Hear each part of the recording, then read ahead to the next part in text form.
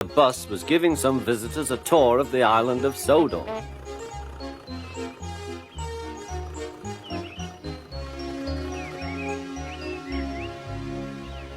It was their last afternoon, and Edward was preparing to take them to meet Bill and Ben. He found it hard to start the heavy train. "Did you see him straining?" asked Henry. "Positively painful," remarked James. "Just pathetic," grunted Gordon. "He should give up and be preserved before it's too late." "Shut up," burst out Duck. "You're all jealous. Edward's better than any of you."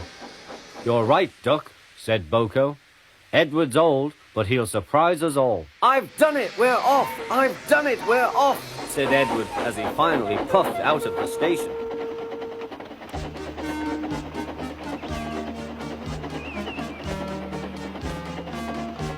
Bill and Ben were delighted to see the visitors. They loved being photographed. Later, they took the party to the China Clay Works in a brake van special.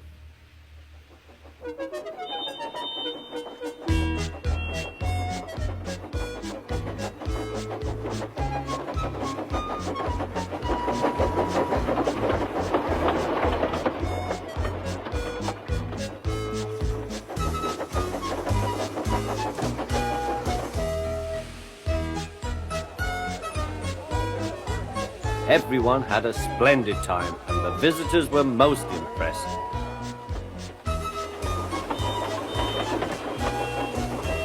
Then Edward took the visitors home.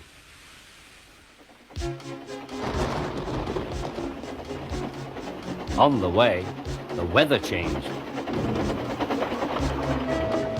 Wind and rain buffeted Edward. His sanding gear failed, and his fireman rode in front, dropping sand on the rails by hand. Suddenly, Edward's wheels slipped fiercely. With a shrieking crack, something broke. The crew inspected the damage. Repairs took some time. "One of your crank pins broke, Edward," said his driver. "We've taken your side rods off. Now you're like an old-fashioned engine. Can you get these people home? They must start back tonight." "I'll try, sir," promised Edward. Edward puffed and pulled his hardest, but his wheels kept slipping and he could not start the heavy train. The passengers were anxious. Driver, fireman and guard went along the train, making adjustments between the coaches. "We've loosened the couplings, Edward.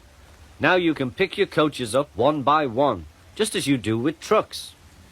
"That will be much easier," said Edward.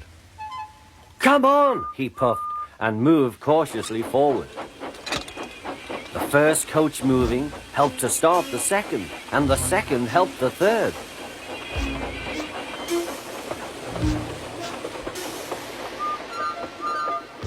"I've done it, puffed Edward. "Steady, boy," warned his driver. "Well done, boy. You've got them, you've got them."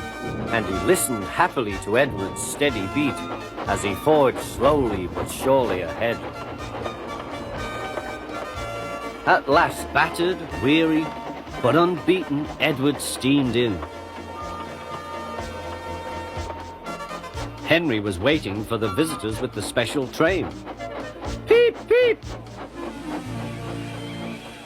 The fat controller angrily pointed to the clock, but excited passengers cheered and thanked Edward, his driver and fireman. Duck and Boko saw to it that Edward was left in peace. Gordon and James remained respectfully silent.